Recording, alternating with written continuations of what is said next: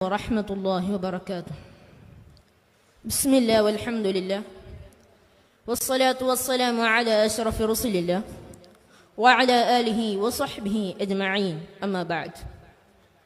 പ്രിയപ്പെട്ടവരെ, AI അതായത് artificial ഇൻ്റലിജൻസിൻ്റെ ഗുണദോഷങ്ങളെക്കുറിച്ചാണല്ലോ നാം അപഗ്രഥിക്കുന്നത്. ഒരു യന്ത്രത്തിന് മനുഷ്യനെപ്പോലെ ചിന്തിക്കാനും ബൗദ്ധികമായി ഇടപെടാനും കഴിയുമോ എന്ന അന്വേഷണത്തിലൂടെ 1936 AI എന്ന ആശയത്തിന് അസ്ഥിവാരമിട്ടത് മോഡേൺ കമ്പ്യൂട്ടർ സയൻസിന്റെ പിതാവ് അലൻ ട്യൂറിംഗ് എന്ന സയന്റിസ്റ്റാണ്. എന്നാൽ AI എന്ന പേര് ചരിത്രത്തിൽ ആദ്യമായി ലോകത്തോട് പറഞ്ഞതും AI ഒരു ശാസ്ത്ര ശാഖയാക്കി മാറ്റിയതും ജോൺ മക്കാത്തി എന്ന അമേരിക്കൻ കമ്പ്യൂട്ടർ സയന്റിസ്റ്റാണ്. ഡാർക്ക് മോത്ത് കോൺഫറൻസിൽ വെച്ച് ഇത് പ്രഖ്യാപിക്കുമ്പോൾ ആർട്ടിഫിഷ്യൽ ഇന്റലിജൻസ് എന്ന നിർമ്മിത ബുദ്ധിയുടെ അനന്ത സാധ്യതകളെ അദ്ദേഹം ചിന്തിച്ചിട്ടുണ്ടാകണമെന്നില്ല. 1500-ലധികം ശാസ്ത്രജ്ഞർ നിയന്ത്രിക്കുന്ന ന്യൂയോർക്കിലെ യോർക്ക് ടൗൺ ഹൈറ്റ്സിലുള്ള റിസർച്ച് സെന്ററായ IBM-ലൂടെയാണ് AI എന്ന ടെക്നോളജി ലോകത്തേക്ക് പടർന്നു പന്തലിക്കുന്നത്. 1997-ൽ IBM-ന്റെ W എന്ന കമ്പ്യൂട്ടർ ലോക ചെസ് ചാമ്പ്യനായിരുന്ന ഗാരി കാസ്പറോവിനെ പരാജയപ്പെടുത്തിയതോടെയാണ് AI നിസ്സാരക്കാരനല്ലെന്ന് ലോകത്തിന് മനസ്സിലായത്. 2010 ഡീപ് ലേണിംഗും ന്യൂറൽ നെറ്റ്വർക്കും വളർന്നതോടെ AIയുടെ വളർച്ച വോയിസ് അസിസ്റ്റുകളുടെയും സെൽഫ് ഡ്രൈവിംഗിന്റെയും പുതിയ വാതിലുകൾ തുറന്നു. 22 ജനറേറ്റീവ് AI നമ്മുടെ മുന്നിലേക്കെത്തി. മനുഷ്യനെ പോലെ എഴുതാനും വരയ്ക്കാനും വായിക്കാനും സംസാരിക്കാനും ആരംഭിച്ചതോടുകൂടി AIയുടെ സ്വാധീനം ടെക്നോളജി ലോകത്ത് പുതിയ അനുഭവങ്ങൾ തീർത്തു. ശരവേഗം വളർന്നുകൊണ്ടിരിക്കുന്ന AI നമ്മുടെ ജീവിതയാത്രയിൽ സർവതല സ്പർശിയായി പിടിച്ചടക്കുകയാണ്. അലക്സയും സിറിയും പോലെയുള്ള വെർച്വൽ അസിസ്റ്റുകളും സ്മാർട്ട് ഹോം ഉപകരണങ്ങളും വന്നതോടെ AI നമ്മുടെ ദൈനംദിന ജീവിതത്തിന്റെ ഭാഗമായി മാറി. റോബോട്ടിക് ശസ്ത്രക്രിയയിലൂടെയും രോഗനിർണയത്തിലൂടെയും മെഡിസിൻ നിർദ്ദേശിക്കുന്നതിലൂടെയും ആരോഗ്യരംഗത്ത് AI വലിയ സ്വാധീനം ചെലുത്തിയിട്ടുണ്ട്. വിദ്യാഭ്യാസ രംഗത്തും കൃഷി മേഖലകളിലും നിർമ്മാണ സംരംഭങ്ങളിലും ഭാഷയിലും ആശയവിനിമയത്തിലും ഗതാഗതം, വിനോദം, യാത്ര, തൊഴിൽ സർവ്വതലങ്ങളിലും AI ജീവിത നിലവാരം മെച്ചപ്പെടുത്തിയത് നാം സമ്മതിക്കേണ്ടതുണ്ട്. വിദൂരമല്ലാത്ത ഭാവിയിൽ AGIയും ASAയും നമ്മെ അമ്പരപ്പിക്കാൻ കാത്തു നിൽക്കുന്നുമുണ്ട്.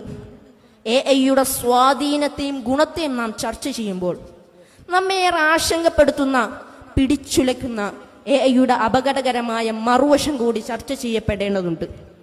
ആധുനിക AIയുടെ ഗോഡ് ഫാദർ എന്നറിയപ്പെടുന്ന ബ്രിട്ടീഷ് കനേഡിയൻ ശാസ്ത്രജ്ഞനും ഭൗതിക ശാസ്ത്ര നോബൽ പുരസ്കാര ജേതാവുമായ ജെഫ്രി ഹിൻഡൻ ഞെട്ടിക്കുന്ന വാർത്തകളാണ് AIയെക്കുറിച്ച് ലോകത്തോട് വിളിച്ചു പറഞ്ഞത്.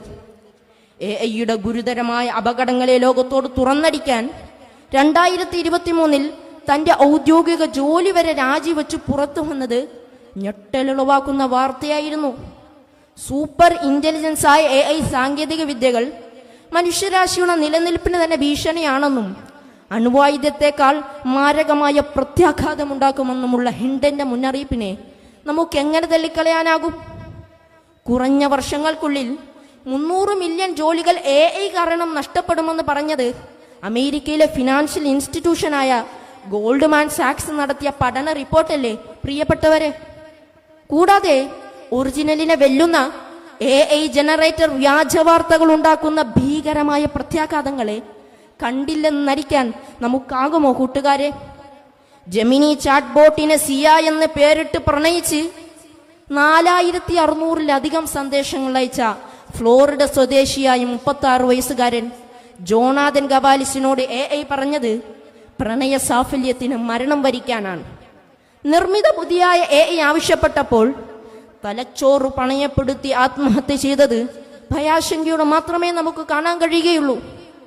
ചുരുക്കി പറഞ്ഞാൽ മാതാപിതാക്കൾ എന്ന വാക്കുകളുടെ വ്യാഖ്യാനം എഴുതാൻ അറിയുന്ന AIക്ക് അവരുടെ കാൽ ചുവട്ടടിയിലുള്ള സ്വർഗ സുഗന്ധം ആസ്വദിക്കാൻ കഴിയില്ലെന്ന സത്യം നാം തിരിച്ചറിയണം.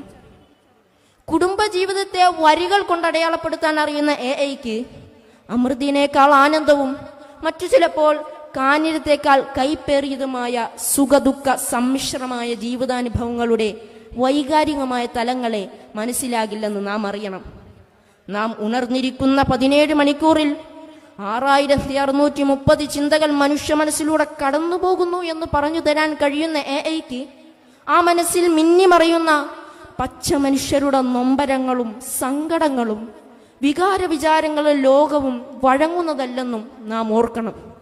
ഗുണദോഷങ്ങളുടെ ഇരുമുഖങ്ങളുള്ള ആർട്ടിഫിഷ്യൽ ഇൻ്റലിജൻസ് എന്ന നിർമ്മിത ബുദ്ധി എന്ന ടെക്നോളജിയെ കരുതലോടെ ഉപയോഗപ്പെടുത്തുക എന്നതാകട്ടെ ഈ സാഹിത്യോത്സവിൻ്റെ സന്ദേശം.